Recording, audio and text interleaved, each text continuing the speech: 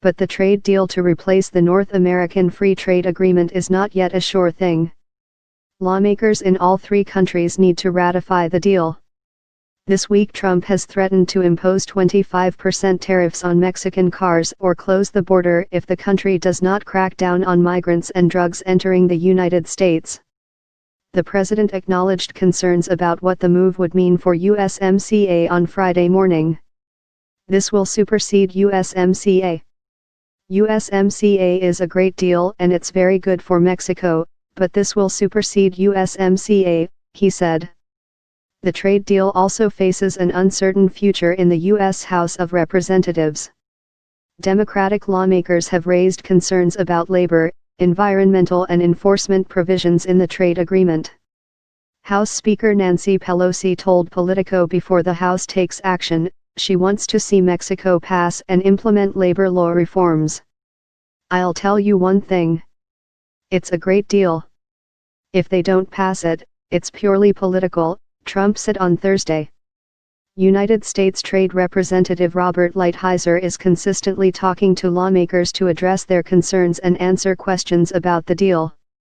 "I don't know of a day that goes by that I'm not working on USCMA," at a U.S. Chamber of Commerce event this week, the National Economic Council Director, Larry Kudlow, urged the business community to help the administration get the deal across the finish line.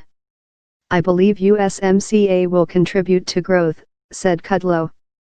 Business groups have already been working to convince lawmakers to support the deal. The Pass USCMA coalition also launched earlier this year, with the sole goal of pushing for USMCA passage. "We see ourselves complementing the other folks that are out there," said Rick Dearborn, the Pass USMCA executive director. Dearborn previously served as Deputy Chief of Staff to President Trump.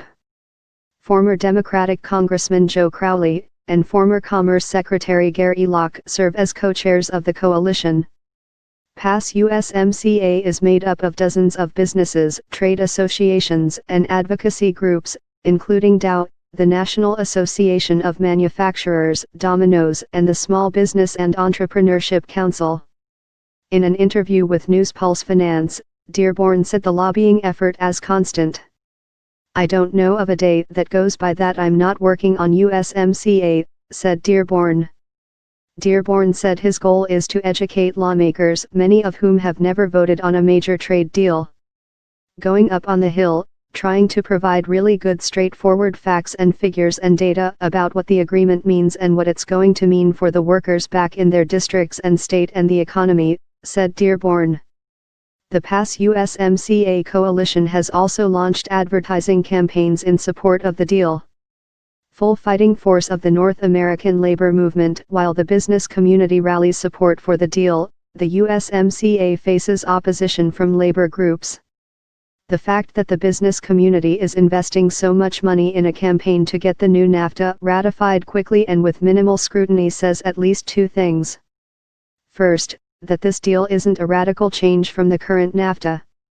Second, they don't want the deal's flaws, including rules that favor big pharma and big data companies over working families, to become well known, said AFL-CIO trade specialist Celeste Drake, in a statement to Newspulse Finance.